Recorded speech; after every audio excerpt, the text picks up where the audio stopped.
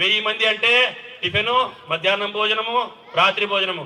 3000 plastic ప్లేట్లని road మీద వేస్తున్నాం మిత్రులారా. ఆలోచన చేయండి. దాని బదులు స్టీల్ కంచాన్ని వాడితే పర్యావరణ హితంగా మనం జీవించగలుగుతామా అన్నటువంటి విషయాన్ని ఆలోచన చేయాలి.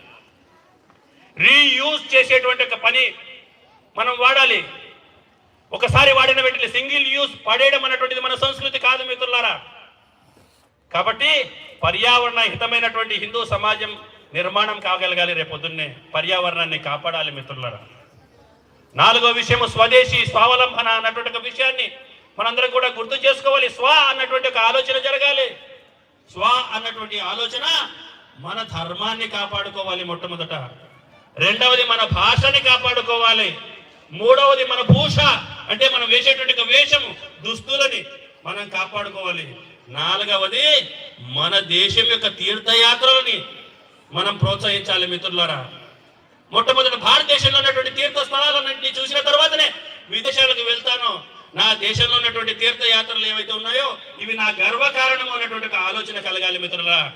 5వది స్వదేశీ అంటే మన దేశం యొక్క ఆలోచన అనుగుణంగా మనము జీవించాలి మిత్రులారా.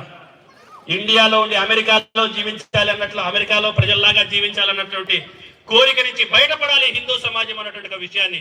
ఈ 5 విషయాలని స్వదేశీ విషయంలో మన వస్తువులని, మన దేశంలో తయారయ్యేటువంటి వస్తువుల్ని స్వీకరించాలి. కానీ ఒక మూర్ఖత్వం ఉండకూడదు. ఏమిటంటే విదేశాల్లో మంచి ఉంటే దాన్ని స్వీకరించాలి అన్నటువంటి విషయాన్ని కూడా మనం గుర్తు చేసుకోవాలి మిత్రులారా.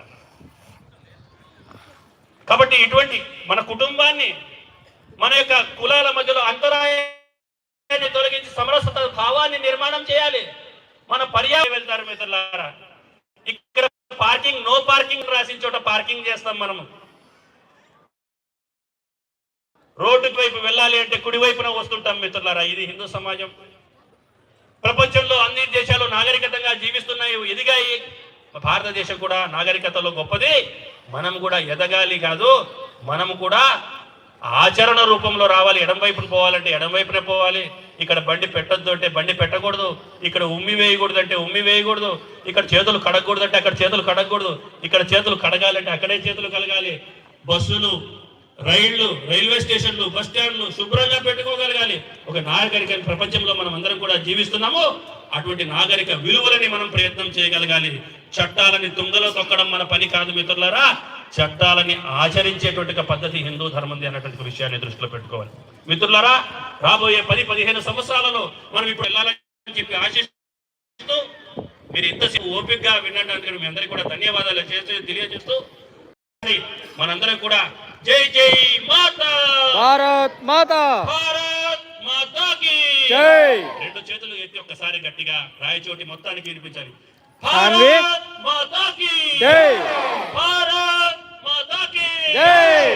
గర్వ సే కహో అంటాను, మై హిందూ హూ, నేను హిందువును అని చెప్పాలి. గర్వ సే కహో మై హిందూ హూ, గర్వ సే కహో మై హిందూ.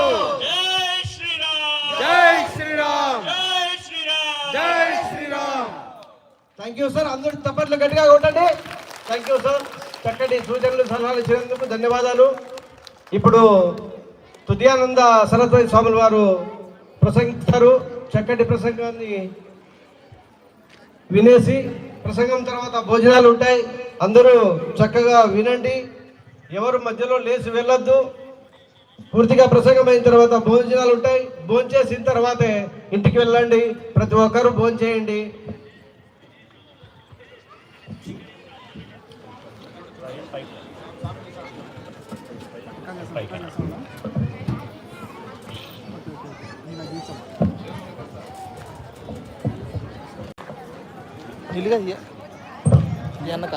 ఏమి నిలువేదేమని చెప్పాలా? ఇటు స్ట్రైట్గానా? ఓకే. అటు నేను లైవ్ పెట్టాను నిజంగల్ ఛానల్లో లైవ్ ఉంటుంది. ఎవరు చెప్పారు? నేను వస్తాను.